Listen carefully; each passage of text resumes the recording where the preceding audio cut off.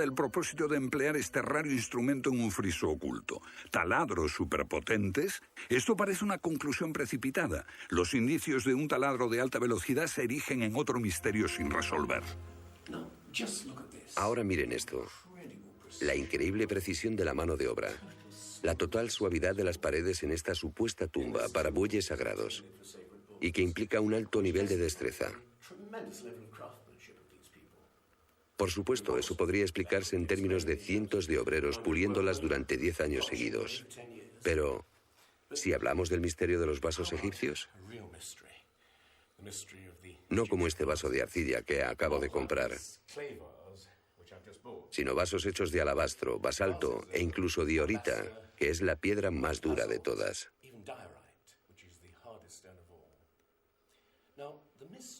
Es bastante fácil ver cómo se podría ahuecar taladrando directamente hacia adentro.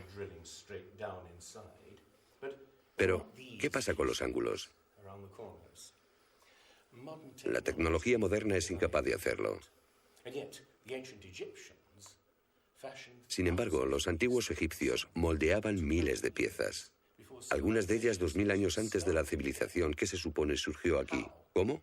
Otro misterio sin explicar. Inexplicable. ¿Cómo pudieron los constructores alinear sus gigantescas pirámides con los puntos cardinales tan impecablemente? En perfecta dirección este-oeste y norte-sur, con una exactitud no igualada por los modernos constructores. La Gran Pirámide parece ser un modelo matemático del hemisferio norte e incorpora el trascendental valor de pi, las veces que cabe el diámetro de un círculo en su circunferencia.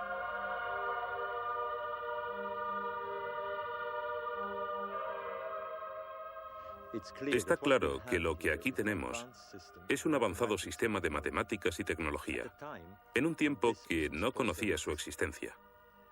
Para lograr estos resultados, los antiguos constructores tenían que usar un eclímetro de 52 grados. Cualquiera otro no valdría. Pero no solo los egipcios conocían el valor pi. Ese valor también está representado en la pendiente de esta pirámide y en el extraño ángulo que le dieron sus constructores, en Teotihuacán, México, el lugar que los indios llamaban Ciudad de los Dioses.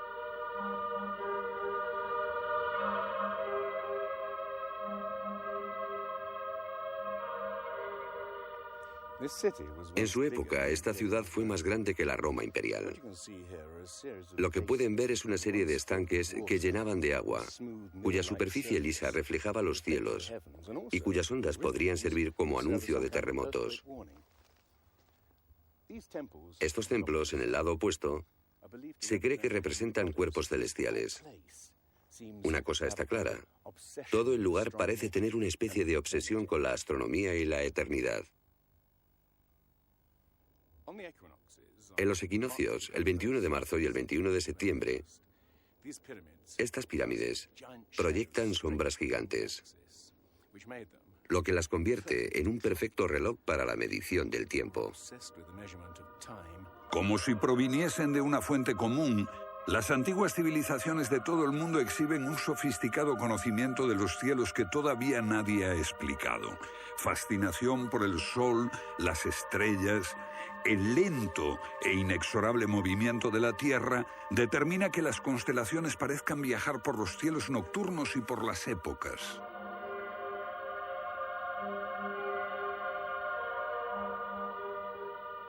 Según los estudiosos, los antiguos egipcios no tenían un gran conocimiento de la astronomía. Pero en el templo de Dendera hay muestras de su sofisticado conocimiento del cielo. Miren las constelaciones del zodíaco: Leo, Tauro, Piscis. Y aquí, la constelación de Orión. Bauval cree que la astronomía es la llave de muchos misterios de las pirámides. Los antiguos egipcios veían en la constelación de Orión a su dios Osiris, señor de los muertos y la vida ultraterrena. Bauval halló el reflejo de ese dios en las pirámides de Gizeh.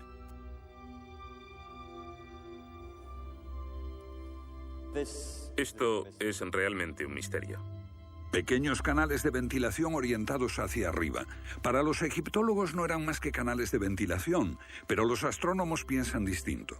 Para el antiguo Egipto esto fue Rostau, la entrada al reino subterráneo, el reino del dios Osiris u Orión.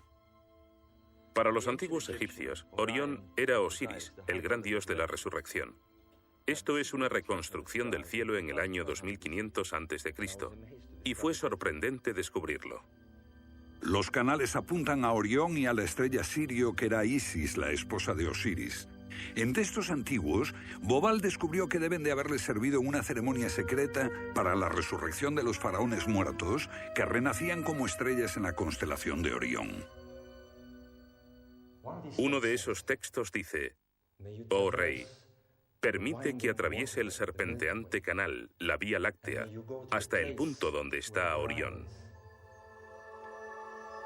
Bobal cree que Osiris tenía tal importancia que los constructores emplazaron las 3 pirámides de Gizeh para que fueran un reflejo terrestre de las 3 estrellas del cinturón de Orión. Esa correlación fue solo el comienzo.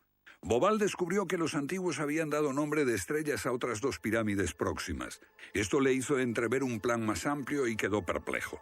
La constelación de Orión, el dios Osiris, estaba en el cielo y en la tierra.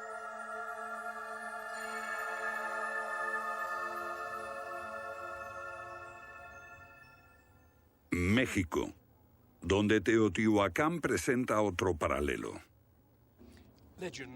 Una leyenda la llama la ciudad de los dioses y sugiere que su propósito era convertir a los hombres en seres celestiales. Como ocurre en Egipto con las pirámides de Giza, los mitos hablan de la reencarnación en las estrellas.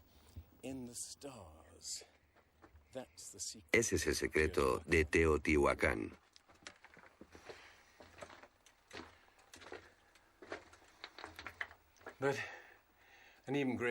Pero esta pirámide presenta otro enigma mayor.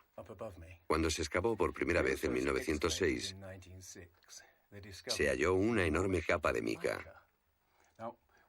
Ahora sabemos que la mica se usa como aislamiento eléctrico. No tenemos idea de para qué la utilizaban ellos. Lo que resulta aún más extraño es que la mica procede de Brasil. Imaginemos el problema de trasladar toda esta mica a más de 2.000 kilómetros de distancia. ¿Cómo? ¿Con qué finalidad? No tenemos ni idea. Tiahuanaco, Bolivia. Otra cultura perdida revela la misma fascinación por el sol y las estrellas. Hace 100 años, el arqueólogo boliviano Poznański observó que en el primer día de primavera el sol salía exactamente por el centro del templo. Fue el inicio de un gran descubrimiento. Poznański descubrió que este templo era un observatorio, un gran reloj para medir la progresión del sol. Y podemos utilizar ese alineamiento astronómico para datar el lugar. Durante el año el sol sale cada día por un punto diferente del horizonte. El primer día de primavera un observador vería salir el sol exactamente en el centro. Estudiando el esquema de Poznański, dedujimos que en los primeros días de invierno o de verano el sol saldría por encima de las piedras angulares. Pero no fue así. Los arqueólogos actuales dicen que los constructores cometieron un error de cálculo. Después de observar la perfección con la que se construyó este sitio, con piedras de 100 toneladas, sugerir que los marcadores del solsticio están mal alineados me parece increíble. Neil Stide hizo una completa verificación de los cálculos de Poznański. Midiendo el ángulo de las piedras angulares y comparándolo con las posiciones actuales de salida del Sol, Poznański calculó que Tiahuanaco fue construida hace 17.000 años. En ese tiempo, la inclinación del eje de la Tierra era ligeramente distinta de lo que es hoy en día y el Sol habría salido directamente encima de las piedras angulares.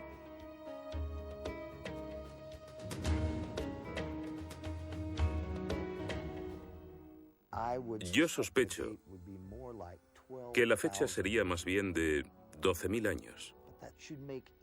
Pero eso haría que todos nos cuestionásemos completamente los orígenes de la civilización.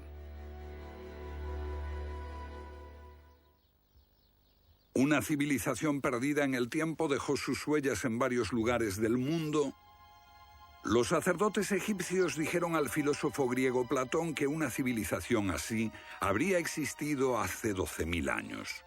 Pero según la ciencia, el ser humano abandonó la prehistoria hace solo 5.000 años. En Egipto, el investigador John West descubrió que la esfinge de Gizeh no resultó alterada por el clima de la misma forma que las construcciones del entorno, erosionadas por la arena y los vientos del desierto. En vez de un desgaste horizontal, la esfinge tiene marcas de erosión redondeadas y onduladas. No se necesita ser geólogo para mirar y ver lo que se debe al tipo de clima.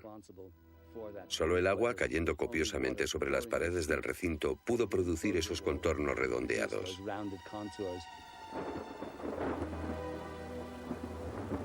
¿Agua en el desierto del Sáhara?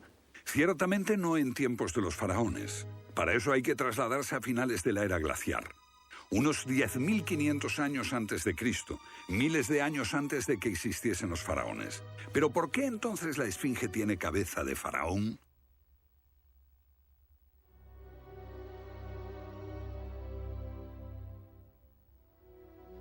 La cabeza es desproporcionadamente pequeña. Desde el aire se ve que el cuerpo de la esfinge es largo y aplanado, y la cabeza casi se parece a la de un alfiler. Para nosotros, esto indica que ha sido tallada más de una vez. En otras palabras, la cabeza se rehizo en algún momento de su larga historia. John West cree que la esfinge era originalmente un enorme león que un desconocido grupo de escultores modeló en la roca antes del 10.500 a.C. Se comenzó a erosionar cuando el final de la era glaciar alteró el clima y causó lluvias que cayeron durante siglos. Solo miles de años después, un faraón habría tallado la cabeza con su propia imagen. ¿Tiene la esfinge más del doble de la antigüedad que creíamos? La teoría fue ridiculizada por los egiptólogos, pero los geólogos les respondieron que los hechos estaban allí. Más extraño aún. Según Robert Bauval, la evidencia astronómica sugiere que las pirámides de Gizeh parecen revelar esa increíble antigüedad. La disposición de Gizeh coincidía misteriosamente con la posición de Orión en el año 10.500 a.C., cuando la esfinge miraba hacia Leo, su propia imagen en los cielos. La puesta de Orión en esa fecha distante se correspondía exactamente con las tres pequeñas pirámides, y existen muchos otros hechos difíciles de entender.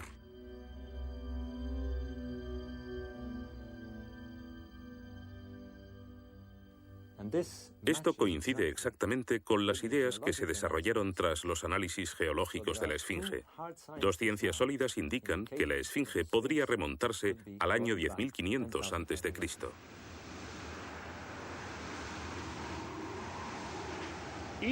Egipto sufrió unos cambios muy dramáticos a finales del período glaciar, especialmente en torno al 10.500 a.C., cuando unas impresionantes inundaciones cubrieron el terreno de aluvión y acabaron con el valle del Nilo y con el delta en general.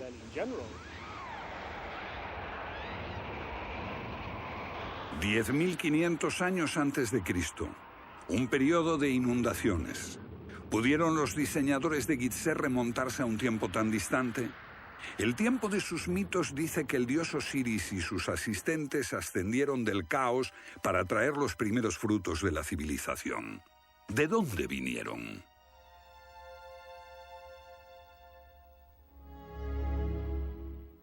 Un dios muy parecido fue el señor de la antigua Tiahuanaco en Bolivia. Aquí, en esta misteriosa ciudad de Tiahuanaco, era el dios que ellos adoraban. Alto, con barba, descrito como blanco, Viracocha llegó en tiempos de caos y destrucción, atravesando los mares para llevar a la raza humana una especie de renovación. El dios blanco Viracocha. En México conocido como Quetzalcóatl, que llegó con otros para traer los primeros frutos del conocimiento. Su símbolo está por todo Teotihuacán. La serpiente emplumada, símbolo del enigmático dios Quetzalcóatl que llegó desde el este después de tremendos cataclismos para traer la civilización a esta parte del mundo.